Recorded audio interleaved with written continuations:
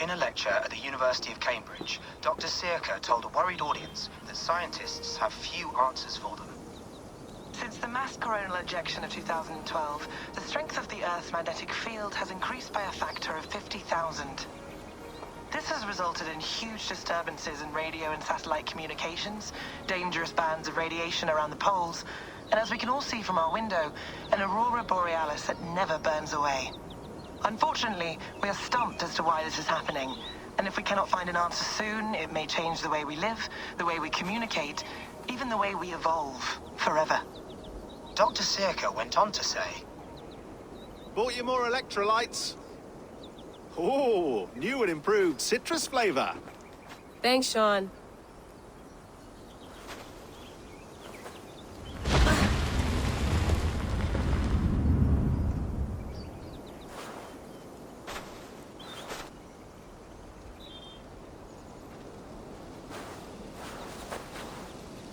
How do we fix this? How are you the key to everything?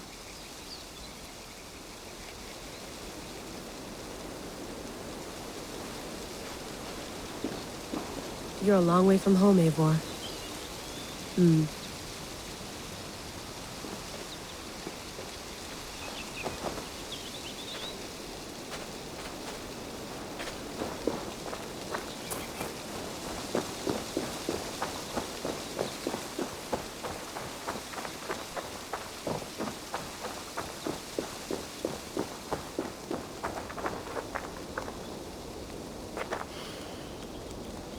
I should do this more often. Relaxing.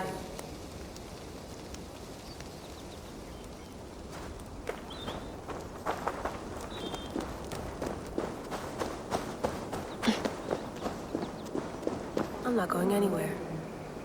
Not yet.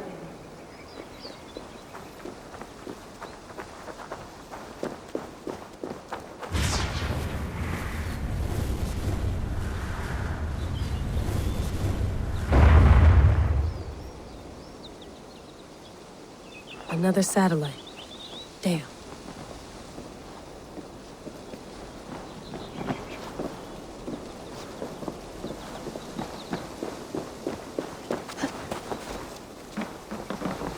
Would love to play around, but I have bigger things on my mind. Did you get my tea? Some quality stuff here. Mint tea is not actually tea, Bex. It's an infusion. It's really just dirty, minty water. I don't care what you call it, Shaun. Did you buy any? Of course I did, love. Hey, sorry about pulling you out. The generator was sputtering. That's fine. I needed air. How is the Animus data stream? Comfortable? Felt pretty stable after a while. Good. Just give me a sec and you can jump back in.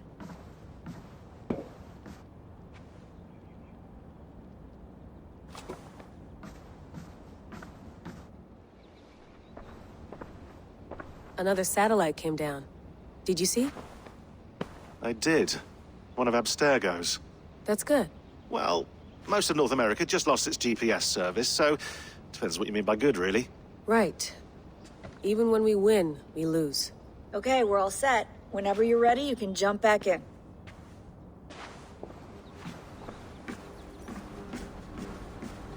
Please enjoy your stay. Remember, all the garbage must be packed out, and please water the plants once a day. Yeah, I won't remember that. You gonna put this in the fridge, Shaun? Of course. In half a minute. Remember, tomatoes go on the counter, not the fridge.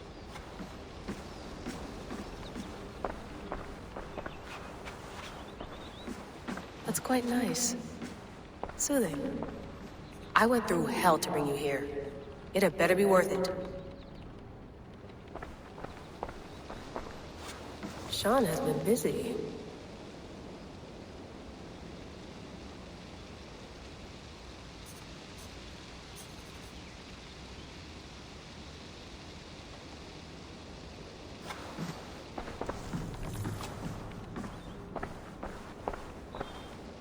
You mind if I put some music on?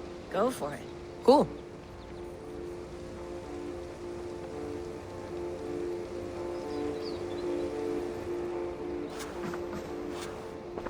Hello, Layla. Shaun, what do you make of the grave out there?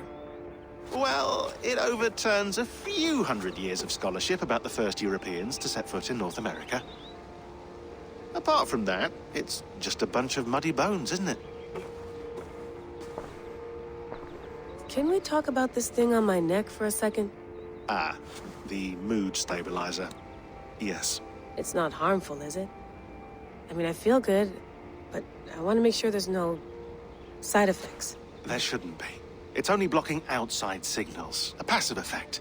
So the staff doesn't, you know, mess with you. Shaun, what happened last year, I had no control over that. I tried to resist. I understand. And your old team, maybe they don't. But we've seen that sort of thing before.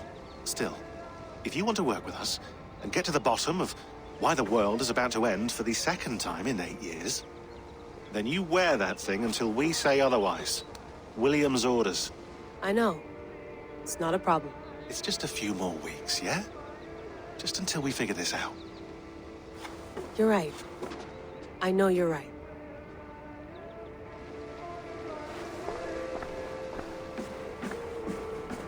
Shaun, don't forget to water the plants while I'm under, okay? I'll add it to the calendar and tattoo it on my leg. Be nice to sleep in a real bed when this is over.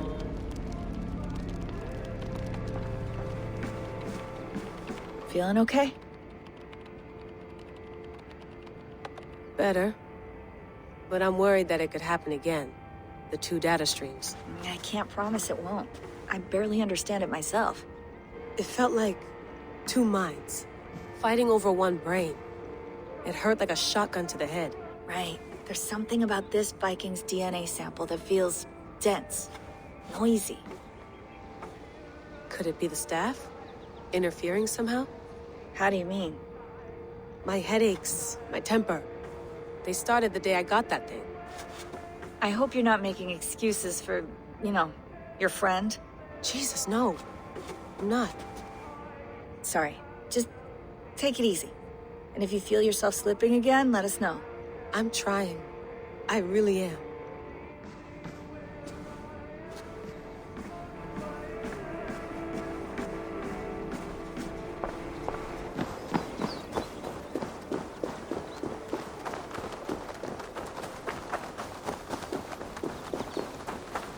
Someone's got mail. An invitation to a fair in Concord. Bring your best crop and you may win a prize. Tempting.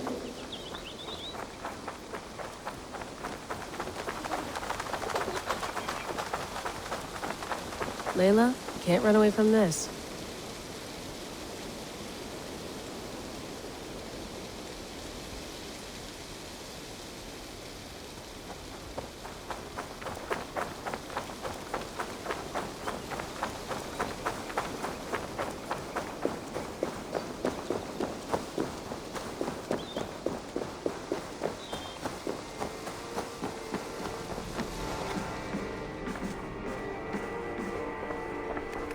Let's have a look.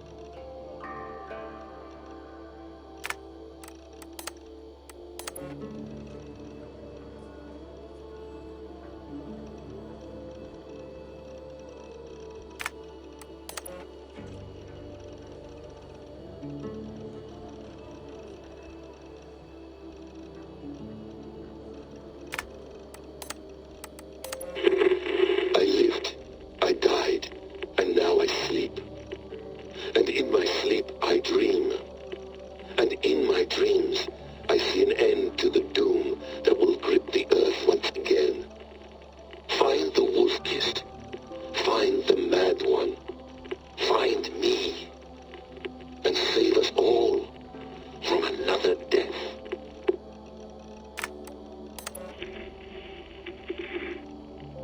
Layla, thought you might be interested in this. Conversations that Bex and I had with Desmond back in 2012. December, I think. Just, candid talks, that's all. We didn't square any circles or write any beat poetry. But he did have some interesting insights into his time in the Animus and what it means to be an assassin. Anyway, have a listen. You might find you and he had similar experiences, so, well, let me know what you think. Unless it's to tell me I sound like a total prat in these recordings. If that's the case, just say nothing. I mean, I did have a slight cold at the time I recorded these. That's probably why I sound odd. Anyway, okay, I'm done anyway, so turn off. Turn off. Oh, it's actually just a button. Sorry, here we go.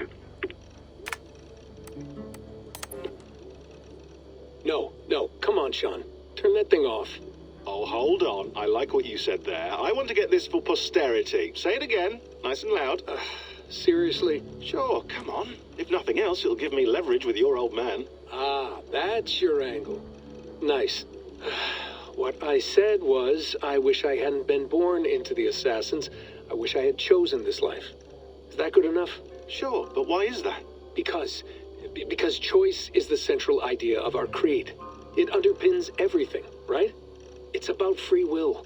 It's about seeing the evidence before you and saying, yes, this is what I want. Or, no, this isn't for me. But when you're born into a group like this, or any other, like I was, you get mixed signals. You get told over and over again, this is what we believe. These are the rules. This is reality. No deviation. And if you question it, oh, they look at you like you killed a puppy. That's hardly free will. It's a weird irony when free will is your central belief, but nobody wants you to believe otherwise. I don't know how to say it exactly, but I always thought there was something self-destructive about our creed. If free will is the most important moral guidepost we have, we should be free to ignore it. To choose submission, for example. You know what I mean? Like, we should be free to side with the Templars. If it's really my choice, I could do that. Right. It's almost self-refuting. A democracy could democratically elect a dictator or choose to get rid of democracy altogether. Within our creed is the seed of its own destruction. That's what makes it powerful, I think. And fragile. Right. The more freedom you have, the more risky it is, you know? Anyway, my dad has mellowed over the years, but he was strict when we lived on the farm. He ran a tight ship. I never got the impression that I was free to choose my path forward. Our creed, our tenets, they were drilled into my head. By the time I was a teenager, I was following these rules out of a sense of duty. This was just what we did. That happens to a lot of organizations over time. Stagnation sets in, you know? A fundamentalism. Yeah. Following the rules becomes more important than achieving whatever goal you set out for yourself. And people start to lose sight of the reason the rules exist. That's called deontology, or a form of it. Following a rule for its own sake and not for the consequences it has. Yeah, but that feels backwards, doesn't it? Well, I think so. Following a rule is the easy part. Praying, taking a sip of wine, munching on a wafer. Rituals that give comfort. But that's just going through the motions. It makes people feel like they're doing something. When the hard work is, well, actually getting off your ass and doing something productive. I think people just want boundaries. Tight boundaries. They want to see the four walls that pen them in. I don't disagree. Anything outside that, anything that makes life more complex, that's scary. That's why I envy you. You chose this life. You went through that process and you decided, yes, I believe in this. Sure. It didn't stop me from being an insufferable know-it-all as a teenager, but I see your point. I would have loved to have been a know-it-all. I knew nothing. Not until you guys found me. Yeah. It wasn't until I met you, Bex, and Lucy that I knew.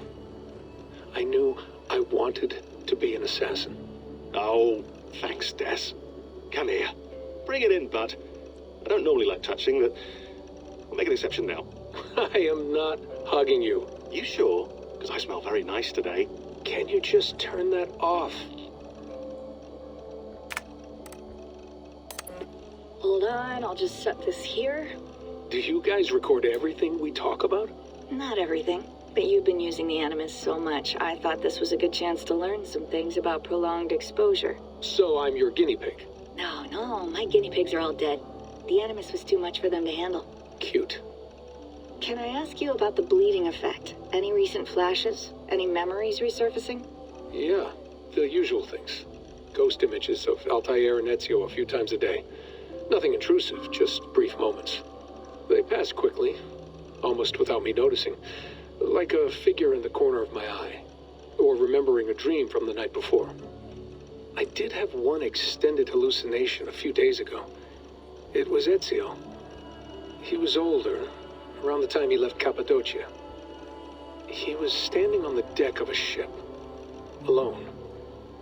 And through him, I could feel an intense regret or guilt. And it felt to me like he'd had a loss of faith in himself, in the creed, like he couldn't keep it up, couldn't stay true to his ideals. And as I watched him, I thought, is this the moment he decided he was done being an assassin? It felt like it. Anyway, most of my visions have been brief, lasting just a few seconds. They're like complete memories of small moments that appear suddenly out of nowhere, fully formed. It's a strange feeling. Okay, anything else? I'm starting to see Connor now, too. Though I hear his voice more often than I see him. I'm sure that will change. Oh, yeah, and yesterday, just before bed, I had a memory of being on a beach in the Caribbean with a bunch of sailors. Or maybe they were pirates. I don't know. No idea. Huh, we'll look into that. And how do you feel in general? In general? Well, I feel older, for one. Much older. And it's strangely comforting. I'm collecting the memories and skills and thoughts of so many people. I feel like I've lived a few hundred years or more. Is it possible that if I do this for too long, it'll push my own memories aside? That I'll be everyone but myself after a while? It's possible. That's called identity substitution. It's happened before, but it's rare. And someone with your background shouldn't need to worry. My background? You mean someone with my genes? My abilities? You have Isu DNA, and that lets you see things and do things and withstand traumas that other people can't. And I can suffer in ways that others can't. That's not something to be proud of. You mean the apple? Yeah. It has a pull, Bex.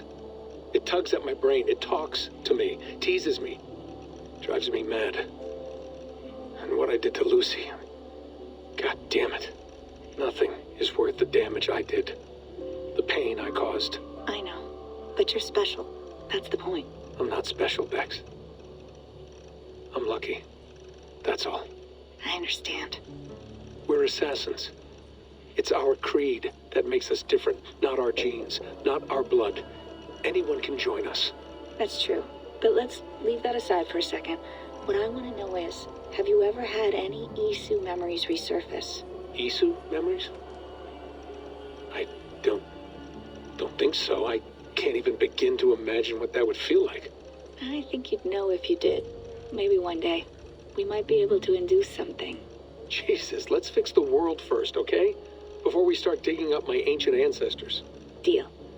With my luck, I'll be related to some third-rate Isu like Sisyphus or something. Way to aim high, buddy. Hey, you gotta.